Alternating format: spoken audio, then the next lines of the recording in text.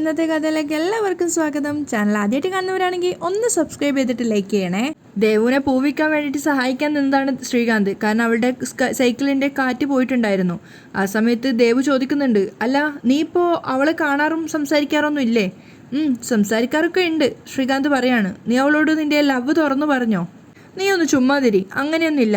ശ്രീകാന്ത് പറയുന്നുണ്ട്, അങ്ങനെയൊക്കെ ഉണ്ട്. നിനക്ക് പറയാൻ പേടിയാണെങ്കിൽ നിനക്ക് വേണ്ടി ഞാൻ പറയണോ അവളോട്? അപ്പം ശ്രീകാന്ത് പറയാണ്, നീ ഒന്നും പറയണ്ട, ഈ കാര്യം മറ്റാരോടും പറഞ്ഞേക്കല്ലേ കേട്ടോ. നീ ഏട്ടത്തിയോട് ഇത് പറഞ്ഞോ? സംശയത്തോടെയാണ് ശ്രീകാന്ത് ചോദിക്കുന്നത്. അപ്പം അവനെ കളിയാക്കിക്കൊണ്ട് ദേവു പറയുന്നുണ്ട്, ഏയ് ഇല്ല. എന്താ, പറയണോ? അയ്യോ വേണ്ട വേണ്ട വേണ്ട, ഏട്ടത്തി അറിഞ്ഞാ അത് സച്ചേട്ടനോട് പറയും. സച്ചേട്ടൻ അറിഞ്ഞാ പിന്നെ പ്രശ്നം ഉണ്ടാക്കും. അപ്പൊ ദേവു ചോദിക്കാണ്, എന്തിനി?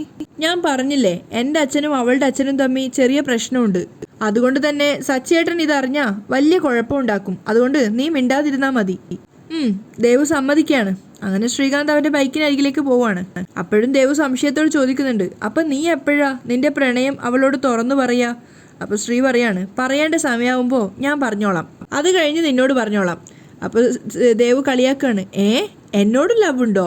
അപ്പോൾ ശ്രീ ചിരിച്ചുകൊണ്ട് ദേവുവിനെ നോക്കുകയാണ്. അല്ല, അവളോട് പറഞ്ഞ ശേഷം എന്നോട് പറയാന്ന് പറഞ്ഞു. അവളോട് ലവ് തുറന്നു പറഞ്ഞ കാര്യം നിന്നോട് പറയാന്നാ പറഞ്ഞത്. അപ്പോൾ ദേവു ചിരിച്ചുകൊണ്ട് പറയുന്നുണ്ട്, ഓ ഞാൻ ചുമ്മാ ചോദിച്ചതാ. വാ ബൈക്ക് കയറ്, എന്നിട്ട് വഴി പറഞ്ഞതാ എങ്ങോട്ടാ പോവണ്ടേന്ന്. അപ്പം ദേവു പറയാണ്, ബൈക്ക് തിരിച്ച് നേരെ വിട്ടോ, അപ്പം ഞാൻ പറഞ്ഞു തരാം എവിടെയാ നിർത്തണ്ടേന്ന്. ദേവു ശ്രീയുടെ ബൈക്കിൻ്റെ പിന്നാലെ കയറുകയാണ്. അങ്ങനെ അവളെയും കൂട്ടിയിട്ട് അവൻ അവിടുന്ന് പോകുന്നുണ്ട്. അതേസമയം ആദ്യം ശ്രീകാന്ത് വർഷയുടെ കൂടെ പോകുന്നത് കണ്ടിട്ട് തിരിച്ചു വരികയാണ് ഭാമ. അപ്പോഴാണ് ഭാമ രണ്ടാമത് വീണ്ടും ഈ കാഴ്ച കാണുന്നത്. ശ്രീകാന്തിൻ്റെ ബൈക്കിന് പിന്നിലായിട്ട് ദേവു കയറി ഇരിക്കുന്നത്. അത് കണ്ടതും ശരിക്കും ഭാമ തന്നെ ഞെട്ടിപ്പോയിട്ടുണ്ടായിരുന്നു. ഇവൻ ഇത് തന്നെയാണോ പണി? ഇപ്പം വേറൊരു പെണ്ണിനെ ബൈക്കിൻ്റെ പുറകിൽ ഇരുത്തി കറങ്ങുക. അയ്യോ, ഇത് രേവതിയുടെ അനിയത്തിയല്ലേ? ചന്ദ്ര പേടിച്ചതുപോലെ തന്നെ സംഭവിക്കുകയാണല്ലോ. ഇത് അവളോട് വിളിച്ചു പറയാം എന്ന് വിചാരിച്ച് ചന്ദ്രയെ വിളിക്കുകയാണ്. ചന്ദ്രയാണെങ്കിൽ കോൾ അറ്റൻഡ് ചെയ്യാൻ ടൈം എടുക്കുമ്പോൾ ഭാമക്ക് ദേഷ്യം വരുന്നുണ്ട്. ഇവളെന്താ ഫോൺ എടുക്കാത്തത്? അവസാനം ചന്ദ്ര ഫോൺ എടുക്കുകയാണ്. ആ പറയ് ഭാമേ, എന്തൊക്കെയുണ്ട് വിശേഷം? നീ എന്താ ഇങ്ങോട്ടേക്കൊന്നും വരാത്തത്? ഈ വീട്ടിൽ നടക്കുന്നത് എന്തൊക്കെയാണെന്ന് നിനക്കറിയോ? കോൾ അറ്റൻഡ് ചെയ്തതും ചന്ദ്ര ഇങ്ങനെ സംസാരിച്ചുകൊണ്ടേ ഇരിക്കുകയാണ്. അപ്പോൾ ഭാമ ദേഷ്യത്തോടെ ചോദിക്കുകയാണ്, വീട്ടിനകത്ത് നടക്കുന്നതൊക്കെ അവിടെ നിൽക്കട്ടെ, വീടിന് പുറത്ത് നടക്കുന്നത് എന്തൊക്കെയാണെന്ന് നീ അറിയുന്നുണ്ടോ? എന്താടി? ചന്ദ്ര ചോദിക്കുന്നുണ്ട്. നിന്റെ മകൻ ആള് കൊള്ളാമല്ലോ, എന്താ അവനീ കാണിക്കുന്നത്? അപ്പോൾ തന്നെ ചന്ദ്ര പേടിയോട് ചോദിക്കുകയാണ്, ആര്? സുധിയോ? അവൻ എന്ത് കാണിക്കാനാ? പാവം, നീ ആ സച്ചിയുടെ കാര്യമായിരിക്കും പറയുന്നതല്ലേ? അവൻ ഇവിടുന്ന് പുറത്തിറങ്ങിയില്ലല്ലോ, മുറിയിൽ തന്നെ ഉണ്ട്. ആ പൂക്കള് കെട്ടുന്നവനും അവനും കൂടി കാണിക്കുന്ന കൂത്ത് സഹിക്കാൻ വയ്യന്റെ ഭാമേ. രണ്ടിനെ രണ്ട് വഴിക്കാക്കാൻ വേണ്ടി മാത്രാ ഞാനിപ്പോൾ പ്രാർത്ഥിക്കുന്നേ. നീ പ്രാർത്ഥിച്ചിട്ടൊന്നും യാതൊരു കാര്യവുമില്ല. രേവതിക്ക് കൂട്ടായി വേറൊരു പൂ കെട്ടുന്നവൾ കൂടി ആ വീട്ടിലേക്ക് വരാൻ പോവുക. ഭാമ ദേഷ്യത്തോടെ പറയാണ്. അപ്പൊ ചന്ദ്ര ചോദിക്കുന്നുണ്ട്, എന്താ നീ പറഞ്ഞേ? ഇതെന്താ പൂക്കടയോ? പൂ കെട്ടുന്നവരൊക്കെ കയറി വരാൻ? നീ ആരെക്കുറിച്ചാ ഈ പറയുന്നേ? അപ്പൊ ഭാമ പറയുന്നുണ്ട്, നിന്റെ ഇളയ മകനില്ലേ ശ്രീകാന്ത്, അവനാര്? മന്മഥനോ? എന്താടി പ്രശ്നം? തലയും വാലും ഇല്ലാതെ എന്തൊക്കെയാ നീ പറയുന്നേ? കുറച്ചു നേരം മുമ്പ് അവനൊരു പെണ്ണിനെ ബൈക്കിന്റെ പുറകിലിരുത്തി പോകുന്നത് ഞാൻ കണ്ടു. ചന്ദ്രൻ ഞെട്ടുകയാണ്. അപ്പൊ ഭാമ പറയുന്നുണ്ട്, രണ്ടുപേരും വലിയ സന്തോഷത്തിൽ. അവളുടെ ഇരുത്തൊക്കെ ഒന്ന് കാണേണ്ടതായിരുന്നു. അവനെ ഒട്ടിച്ചേർന്ന് അങ്ങനെ. ഭാമ തൃപ്തിയില്ലാതെ സംസാരിക്കുക. അത് കേട്ടതും ചന്ദ്രയുടെ മുഖത്ത് 14 രാവുദിച്ചതുപോലെ ചന്ദ്രൻ ഉദിക്കുകയാണ്. ഭയങ്കര സന്തോഷത്തോടെ ചന്ദ്ര ചോദിക്കുന്നുണ്ട്, പെണ്ണ് കാണാൻ എങ്ങനെ? സുന്ദരിയാണോ? വലിയ കുടുംബത്തിലെ പെണ്ണാണെന്ന് കണ്ടാ പറയോ? കോടീശ്വരി ആയിരിക്കോ? ചന്ദ്രയുടെ ചോദ്യങ്ങൾ തുടർന്നുകൊണ്ടേയിരിക്കുകയാണ്. അപ്പൊ ഭാമ ദേഷ്യത്തോടെ പറയുന്നുണ്ട്, അവളുടെ ബാങ്ക് ബാലൻസ് എത്രയാണെന്നെന്നും നെറ്റിയിൽ എഴുതി ഒട്ടിച്ചു വെച്ചിട്ടൊന്നും ഇല്ല. നീ ഞാൻ പറയുന്നത് മുഴുവൻ ഒന്ന് കേൾക്ക്. ആ പറയ്. ചന്ദ്ര പറയാണ്.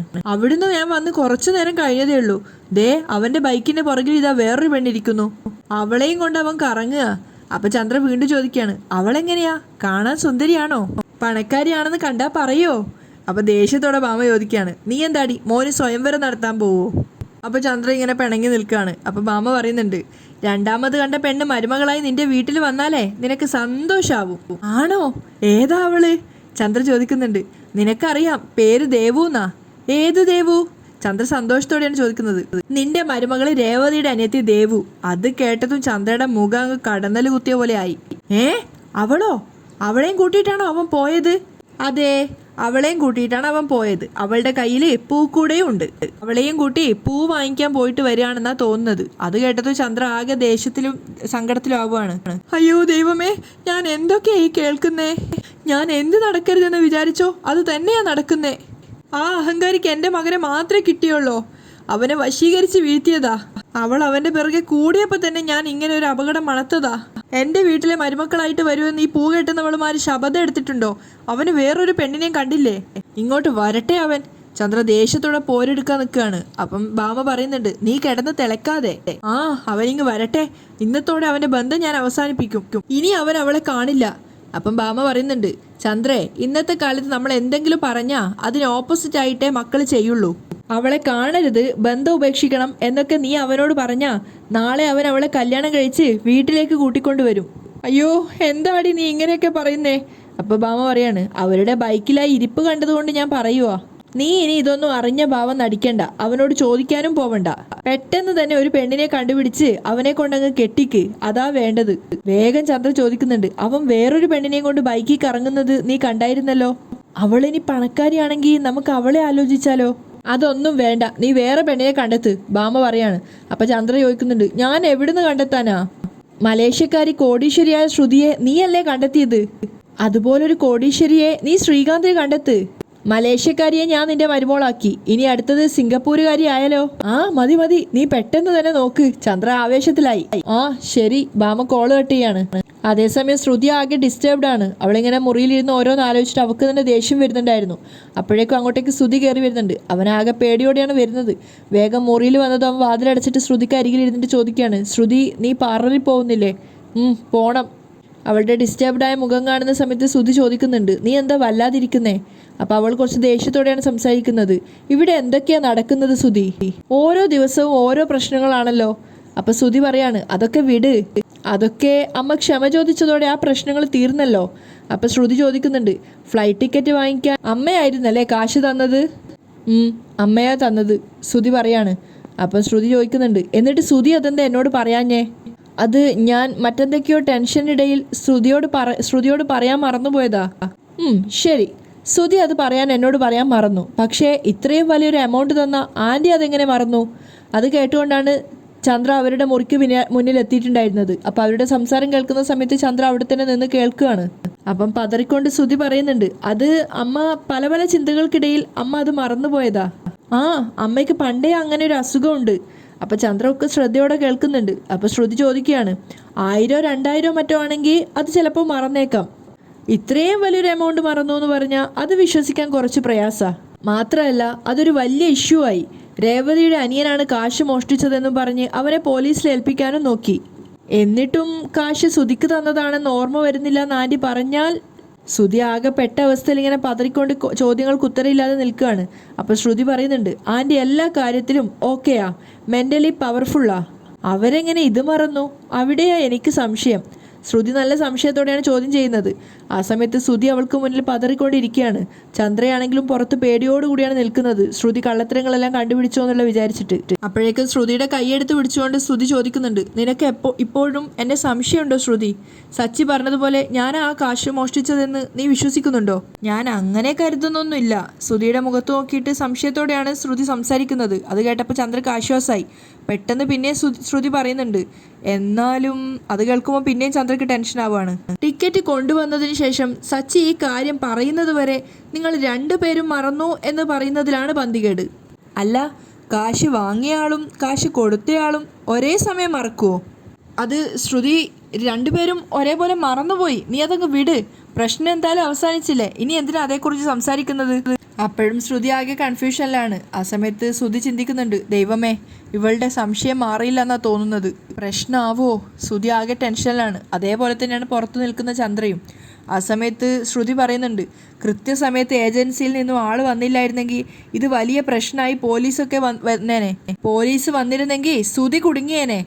ദേഷ്യത്തോടെ ശ്രുതി പറയാണ്. അപ്പോൾ ശ്രുതി ചോദിക്കുന്നുണ്ട്, ഞാനെങ്ങനെ കുടുങ്ങും? കാശ് ഞാൻ മോഷ്ടിച്ചിട്ടില്ലല്ലോ.